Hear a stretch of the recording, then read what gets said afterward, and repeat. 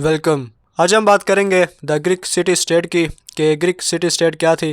ठीक है, तो बेसिकली ये टॉपिक वेस्टर्न पॉलिटिकल थाट से मुतालिक है, जिसमें हम प्लेटो को, सोक्रेटिस को, अरिस्टोटल को, थॉमस हॉब्स और बाद में रिसेंटली जितने भी पॉलिटिकल फ़िलोसोफर्स हैं उनको डिस्कस करते हैं।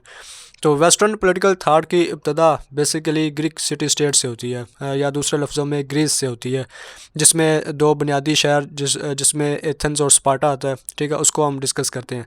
तो इस पूरे मतलब जो सीरीज़ है, शायद मैं इसको डिवाइड कर दूं लेंथ ज़्यादा होने की वजह से। ये हम एथेंस की बात करेंगे कि वहाँ पर डेमोक्रेटिक सिस्टम कैसा था और वो अपना पॉलिटिकल सिस्टम कैसे लेके आगे चलते थे।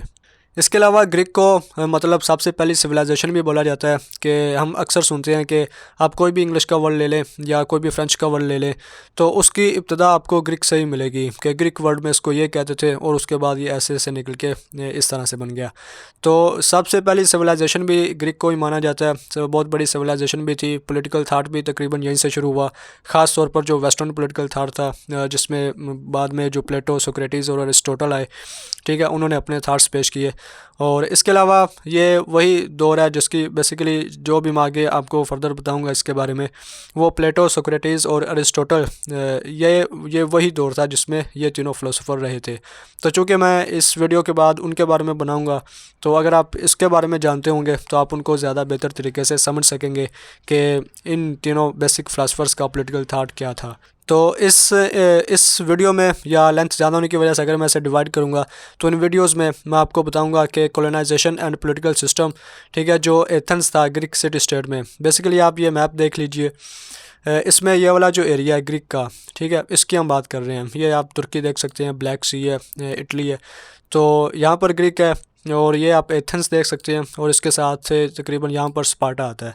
तो एथेंस और स्पार्टा के दरमियान वार्स काफ़ी मशहूर हैं। इसके अलावा इनकी सिविलाइजेशन बहुत मशहूर है, बहुत पुरानी होने की वजह से। और अरिस्टोटल, प्लेटो और सोक्रेटिस जो बड़े फ़िलासफ़र्स हैं वो यहीं पर ही रहते थे। तो मैं बेसिकली आपको एथेंस के बारे में बताऊंगा कि डेमोक्रेटिक इंस्टीट्यूशंस एथेंस में कैसे थे। ठीक है, जैसे मैंने ये लिखा है कि पहले मैं आपको डेमोक्रेसी इन एथेंस इसके बारे में, और इसके अलावा ये बेजुलस और अराकोन्स ये पॉलिटिकल लीडर्स थे। इसके अलावा सोलोन्स की इकोनॉमिक रिफॉर्म्स, जिसमें डेब्ट रिलीफ आता है, क्लासिफिकेशन ऑफ पॉपुलेशन कि उसने कैसे पॉपुलेशन को क्लासीफाई किया।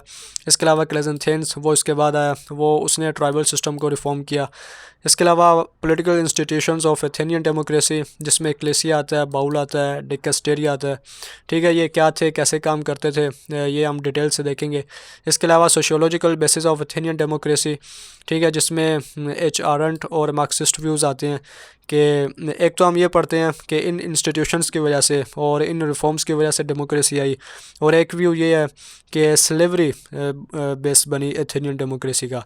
तो उसमें हम इनके पॉइंट्स को देखेंगे। इसके बाद एम वुड का थेसिस एक आता है, वो भी स्लेवरी के बारे में। और फिर लास्ट में होमोसेक्सुअलिटी इन एथेंस और वुमेंस, इनका रोल हम देखेंगे कि वो क्या था। तो बेसिकली ओवरऑल हम डिटेल से देखेंगे कि ग्रीक सिटी स्टेट का निज़ाम कैसा था, उसका पॉलिटिकल सिस्टम कैसा था, और वहाँ के जो लीडर्स थे वो उसको कैसे लेके चलते थे। तो आइए उसको शुरू करते हैं। तो सबसे पहले हम बात करते हैं कॉलोनाइजेशन और पॉलिटिकल सिस्टम इन एथेंस। तो वो कैसा था उसको हम देखते हैं। तो सबसे पहले मैं आपको ये बता दूं कि ग्रीक की जो हिस्ट्री है ग्रीस की, उसको 4 हिस्सों में डिवाइड किया जाता है। पहले नंबर पर माइसेनियन पीरियड आता है, जो 1600 से 1100 बीसीई तक था। ठीक है, बिफोर क्राइस्ट। ठीक है, तो आप देख सकते हैं कि 1600 से 1100 की तरफ आया है। मतलब होना तो आगे चाहिए, जैसे 2016 से 2018 या 2016 से 2020, लेकिन ये पीछे की तरफ आ रहा है। तो बेसिकली बिफोर क्राइस्ट में जो भी हिस्ट्री होती है वो पीछे की तरफ आती है, और क्राइस्ट पर आके फिर वो आगे की तरफ बढ़ती है। ठीक है, तो 1600 से 1100 तक माइसेनियन पीरियड है। इसके अलावा डार्क एजेस आती हैं जो 1100 से 700 बीसी तक। इसके बाद आर्किक एज जो 700 से 480, और फिर क्लासिकल एज जो 480 से 320 बिफोर क्राइस्ट। ठीक है, तो ये वो अदवार हैं जिसमें जो ग्रीक की हिस्ट्री है उसको डिवाइड किया जाता है।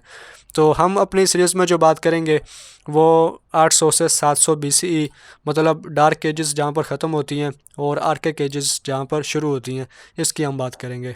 तो इसमें आता है कि 750 BCE में, ठीक है, ग्रीक में ज़्यादा पॉपुलेशन होने की वजह से, ठीक है, ड्यू टू पॉपुलेशन, वो डिस्कवरिंग कॉलोनीज़ कर रहे थे कि ज़्यादा से ज़्यादा कॉलोनीज़ या जो दूसरे इलाके हैं साथ साथ में वहाँ पर कॉलोनीज़ बनाई जाए, जो पॉपुलेशन ज़्यादा हो रही है वो वहाँ पर जाकर सेटलमेंट करे, वहाँ पर जाकर रहे। तो इस सिलसिले में ग्रीस ने सबसे पहले Aegean coast of Asia Minor इसको अपनी कॉलोनी बनाया। इसके बाद southern coast of Black Sea, इसके बाद अल्बानिया, फिर साथरन इटली और फिर सिसिली।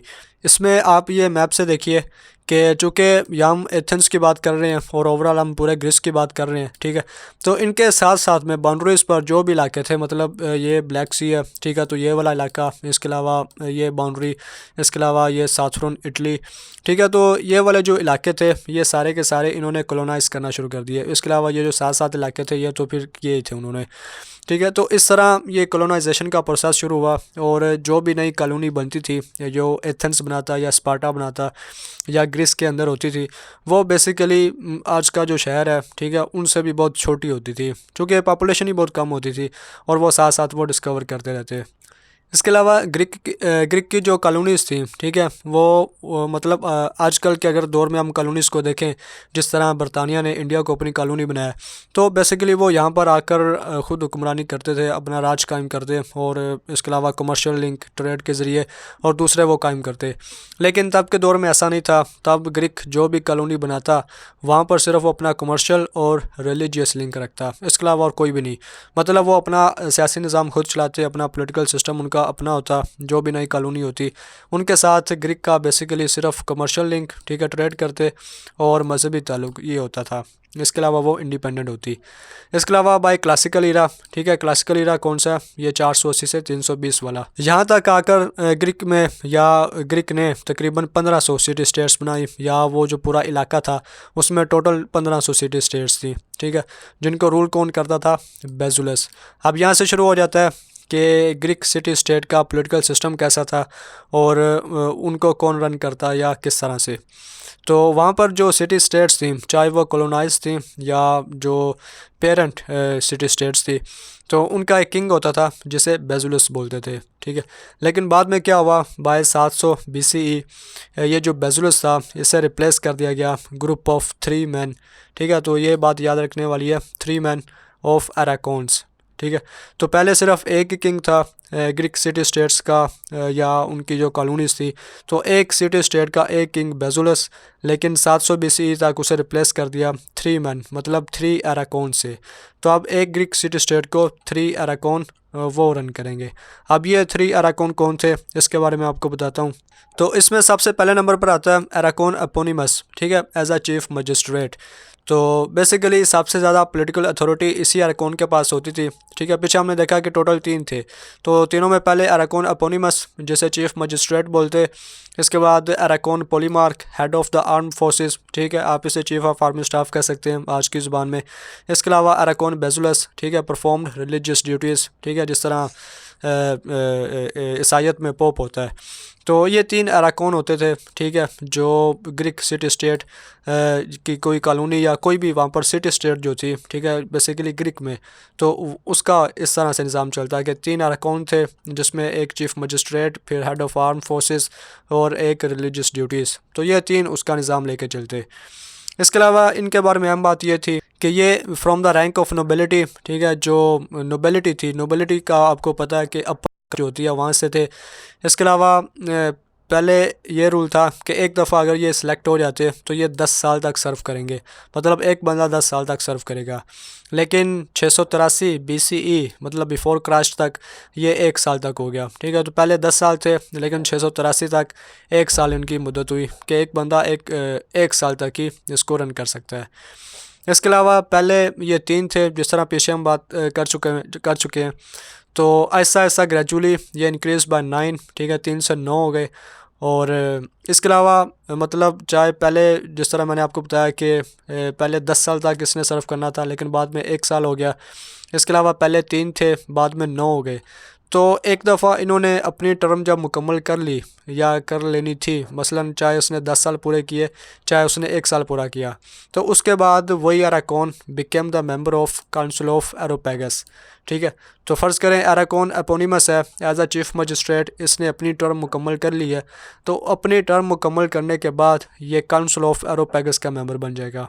और इसी तरह आराकॉन पॉलीमार्क, आराकॉन बेजुलस अपनी अपनी टर्म्स मुकम्मल करके ये काउंसिल ऑफ एरोपेगस का मेंबर बन जाएंगे।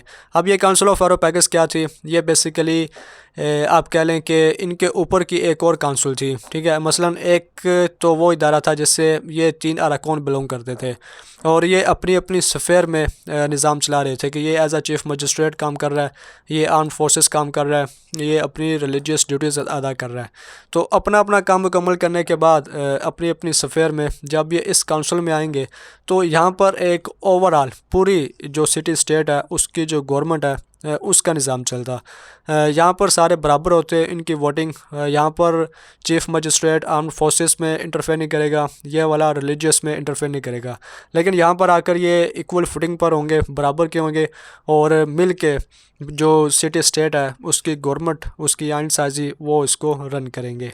इसके बाद इसमें आता है कि पहले तो ये था कि from the rank of nobility, कि ये जो 3 अराकॉन थे ये हमेशा रैंक ऑफ नोबिलिटी से ही इलेक्ट होंगे, अपर क्लास से। लेकिन 487-486 BC में ये क्या हुआ कि selected from 500 given by tribes.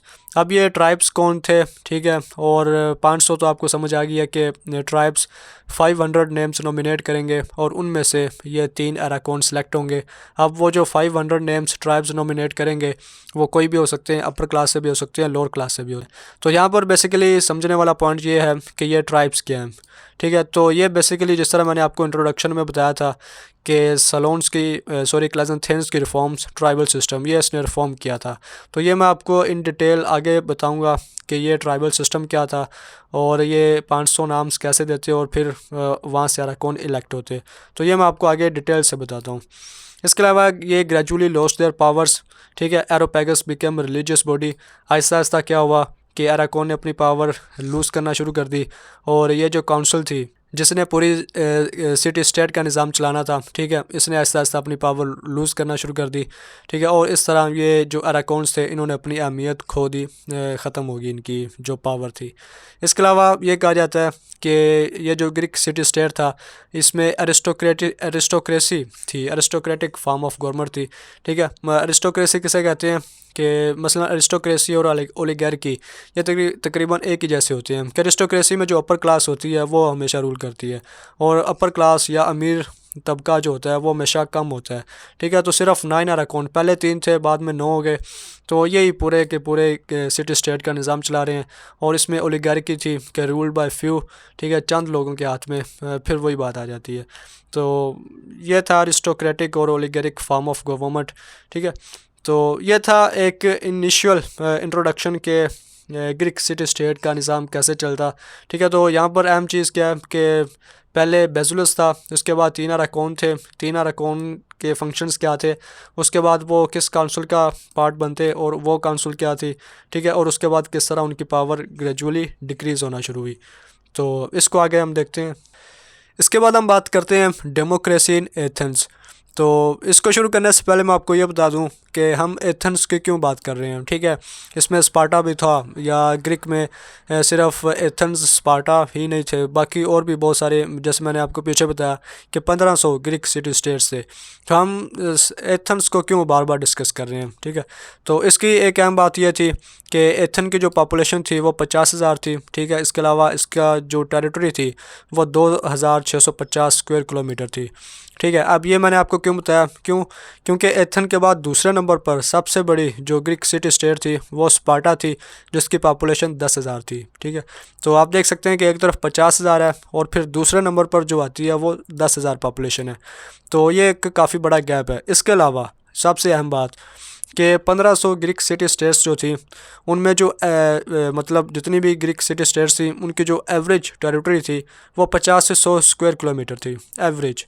तो सिर्फ एथेंस की आप देख सकते हैं कि 2650 स्क्वायर किलोमीटर है और बाकी सब की मिला के एवरेज 50 से 100 बनती है। इसके अलावा पॉपुलेशन 400 से 900 मेंबर्स जो थे ये उस वक़्त एवरेज पॉपुलेशन थी वहाँ की जो ग्रीक सिटी स्टेट्स थी। तो इसलिए कहा जाता है कि एथेंस को बार बार डिस्कस किया जाता है क्योंकि यहाँ पर पॉपुलेशन बहुत ज़्यादा थी, 50,000। इसके अलावा इसका जो टेरिटरी थी वो ज़्यादा थी। तो इससे ये पता चलता है कि यहाँ पर पॉलिटिकल प्रोसेस वो ज़्यादा बेहतर था, लोग ज़्यादा इन्वॉल्व थे इस चीज़ में, लिहाजा इसको ज़्यादा डिस्कस किया जाता है। तो इस वजह से हम एथेंस को बार बार डिस्कस कर रहे हैं। इसके बाद आता है एथेंस जो था, पीछे जो हमने पढ़ा वो तो हमने पहले वाला पढ़ा था, ठीक है। तो इसमें 700 का कुछ एरा हमने पढ़ा। अब क्लेम किया जाता है कि 500 से 300 BCE, ठीक है। तो यहाँ पर ज़हन में रखिए कि हम पीछे बैक को आ रहे हैं, हज़रत ईसा अलैहिस्सलाम की तरफ हम आ रहे हैं, जिसको क्राइस्ट कहते हैं। तो बिफोर क्राइस्ट, ठीक है, 500 से 300। तो जो एथन है वो रिमेन डेमोक्रेसी, ठीक है। तो ये डेट याद रखने वाली है कि 500 से 300 BC एथन रिमेन डेमोक्रेसी। अब ये डेमोक्रेसी क्यों रहा, ठीक है। पीछे जो हमने पढ़ा वो तो ओलिगार्की थी, अरिस्टोक्रेसी थी, लेकिन यहाँ पर अब हम डेमोक्रेसी की बात कर रहे हैं। तो एथन डेमोक्रेसी किस वजह से बना, ठीक है। इस हवाले से इसमें 4 अहम चीज़ें जो हैं वो शामिल की जाती हैं, जिसमें सबसे पहले नंबर पर आता है सलोन्स इकोनॉमिक रिफॉर्म, ठीक है, ऑफ लेट 16th सेंचुरी। फिर क्लेइस्थेंस ऑर्गेनाइजेशन ऑफ ट्राइबल, ठीक है, इन अर्ली 6th सेंचुरी। इसके बाद reforms of 460 to 460 by Ephialtes और पेरसिलस, और चेंजेस ऑफ 404-403 BC, ठीक है। तो इसमें मैं आपको पहली दो जो हैं सलोन्स इकोनॉमिक रिफॉर्म्स और क्लेइस्थेंस रीऑर्गेनाइजेशन ऑफ ट्राइबल सिस्टम, ये मैं बताऊंगा कि इन्होंने कैसे कंट्रीब्यूट किया डेमोक्रेसी इन एथेंस, ठीक है।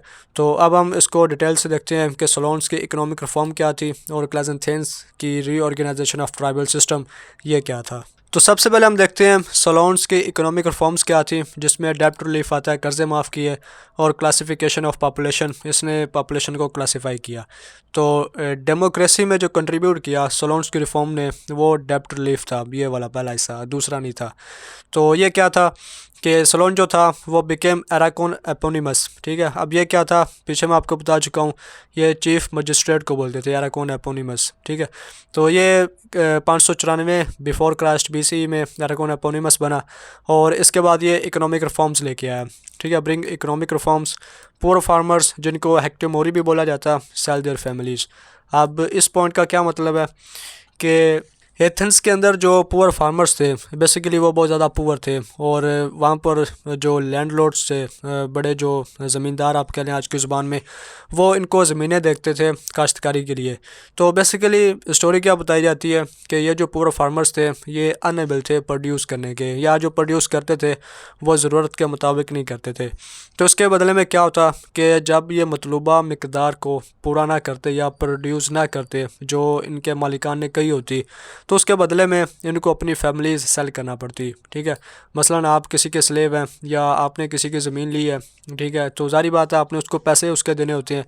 तो पैसे आप कहाँ से देंगे जब आप खुद प्रोड्यूस करेंगे, लेकिन आपने ज़मीन ली हुई है, ठीक है, लेकिन आप कुछ प्रोड्यूस भी नहीं कर रहे, और जिससे ज़मीन ली है उसको आपने पैसे भी देने हैं, तो जारी बात आपको नुकसान होगा। आप कुछ प्रोड्यूस करेंगे तो आप उसके मालिक को भी उसमें से कुछ हिस्सा या कुछ परसेंटेज देंगे, ठीक है। तो ये जो पुअर फार्मर्स थे इनके बारे में कहा जाता है कि ये अनएबल टू प्रोड्यूस थे वो मकदार जो इनको दी जाती थी कि आपने ये प्रोड्यूस करनी है, या वो हिस्सा जो इन्होंने इनके मालिकान को देना होता।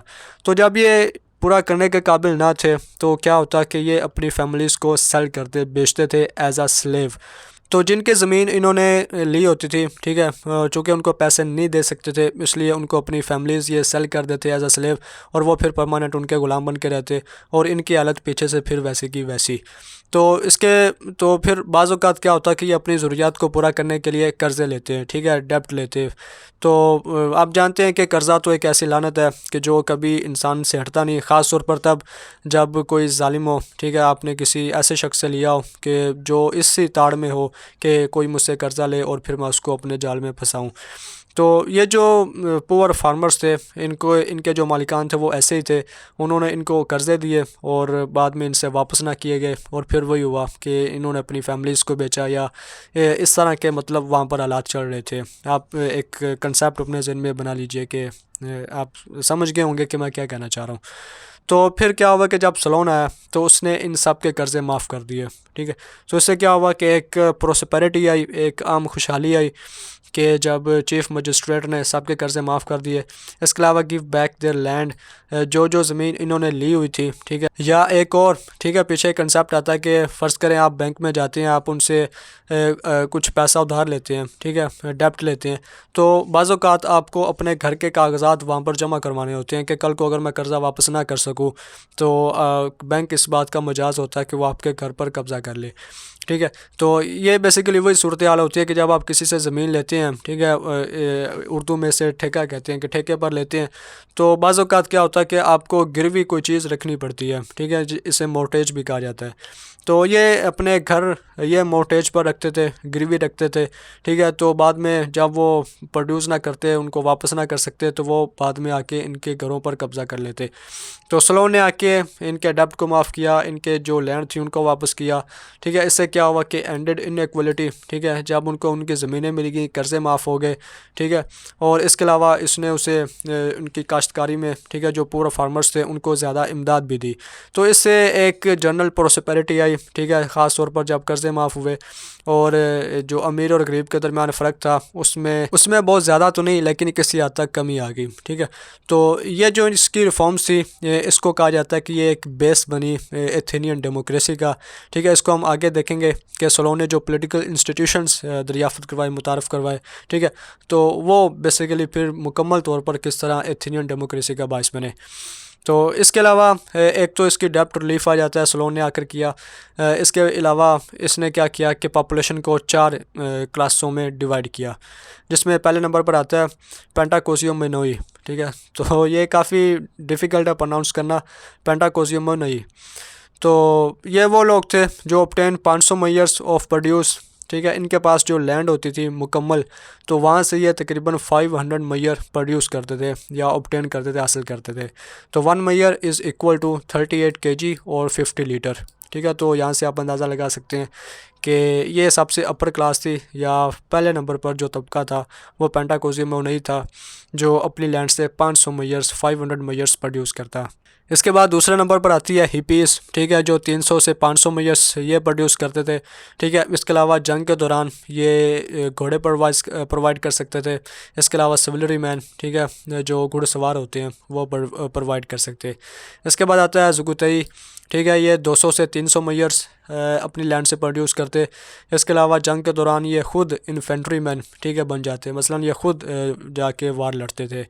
ये अपर क्लास थी, ये वार में पार्टिसिपेट खुद नहीं करती थी, ठीक है। ये घोड़े प्रोवाइड करते या घुड़सवार, और ये इन्फेंट्री जो पैदल चलते हैं, ठीक है, जो मतलब आमतौर पर ये इस्तेमाल किया जाता है इन्फेंट्री मैन के जो कंधे पर बंदूक रखे, ठीक है, ख़ुद पैदल जाके लड़ते हैं। इसके बाद आता है थेट्स, ठीक है, ये सबसे लोअर क्लास थी, इन्हें लेबर भी बोला जाता था, ठीक है। ये लेस दैन 200 मैयर्स ये प्रोड्यूस करते, ठीक है, वार लेबर्स मज़दूर थे। और इसके अलावा एथन की तकरीबन जो आधी पॉपुलेशन थी वो थेट्स पर मुश्तमिल थी, ठीक है। तो इसी बात से अंदाज़ा लगा लें कि आधी पॉपुलेशन तो यहीं पर है और बाकी जो आधी है उन पर ये 3 क्लासें मुश्तमिल थी। तो क्लास डिफ्रेंसीशन थी उस दौर में भी, और ये ख़ुद सोलोन ने कायम की। लेकिन उस दौर में इसको सही बोला जाता था, ठीक है। अगर वहाँ पर डेमोक्रेसी थी भी तो वो इस तरह की थी कि जो अपर क्लास थी या जो ब्रेन्स थे उनको ज़्यादा पार्टिसिपेशन दी जाती थी।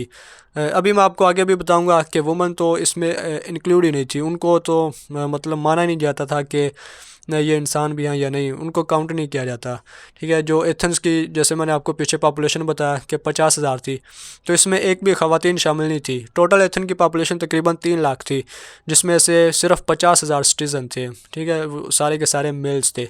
तो ये कुछ ना कुछ चीज़ें इसमें थी, ठीक है। मसलन हम टोटली नहीं कह सकते कि बड़ा अच्छा सिस्टम था या बड़ी अच्छे तरीके से निज़ाम चल रहा था, लेकिन ये वो चीज़ें हैं जो उस दौर में थी। तो इसमें फिर आता है इम्पोर्टेंस ऑफ सोलोन्स रिफॉर्म, के ये जो रिफॉर्म लेके आया इसकी क्या अहमियत थी। तो इसमें सबसे पहले नंबर पर तो पहले भी मैं आपको बार बार बता चुका हूँ कि इसने डेब्ट रिलीफ किया, एक प्रोस्पेरिटी आई, खुशहाली आई, और किसी हद तक जो इनइक्वलिटी थी एथेनियन पॉपुलेशन में वो ख़त्म हुई। इसके अलावा introduction of new political institution, Solon ने कुछ नए पॉलिटिकल इंस्टीट्यूशंस मुतारिफ़ करवाए, ठीक है, जो मैं आपको इंट्रोडक्शन में बता चुका हूँ कि उसमें इक्लेसिया था, बाउल था और डिकास्टेरिया था।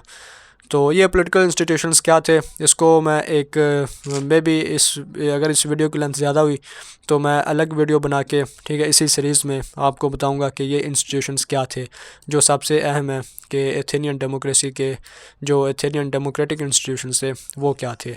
इसके बाद इसको आगे देखते हैं। इसके बाद आता है क्लेइस्थेनेस रिफॉर्म्स, ठीक है, जिसने ट्राइबल सिस्टम को रिफॉर्म किया। तो सोलोन के बाद एक बंदा और बना था, ठीक है, आर्चन एपोनिमस। उसके बाद क्लेइस्थेन आया और इसने दोबारा से जो एथेनियन सिस्टम था उसको रिवाइज किया। तो 508-507 BCE में इसने क्या किया कि रिवाइज्ड एथेनियन कॉन्स्टिट्यूशन उसको रिवाइज किया, और इस वजह से इसे फादर ऑफ एथेनियन डेमोक्रेसी भी बोला जाता है, ठीक है। तो ये बात आप याद रखिएगा कि क्लेइस्थेनेस को फादर ऑफ एथेनियन डेमोक्रेसी बोला जाता है, सोलोन को नहीं। तो इसने क्या किया कि सोशल स्ट्रक्चर ऑफ अटिका एथेंस को भी बोला जाता है, ठीक है, ये दोनों नाम सिनोनिमस है। तो सोशल स्ट्रक्चर ऑफ अटिका या एथेंस, इसको इसने चेंज किया, या जिस तरह मैंने पूछे ऊपर आपको बताया कि रिवाइज्ड एथेनियन कॉन्स्टिट्यूशन। तो इसमें इसने क्या किया कि 10 ट्राइब्स ये इंट्रोड्यूस करवाए। मसलन पूरा का पूरा जो एथेंस था उसको इसने 10 कबीलों में 10 ट्राइब्स में डिवाइड कर दिया, और ये 10 ट्राइब्स को डिवाइड किया डिमीज या इसको कहा जाता है प्लेस ऑफ रेजिडेंस, ठीक है। तो इसने 10 ट्राइब्स को डिमीज की बेसिस पे डिवाइड कर दिया, ठीक है। इसके अलावा जो नए ट्राइब्स थे ये फैले हुए थे all over geographical area of Attica या एथेंस, ठीक है।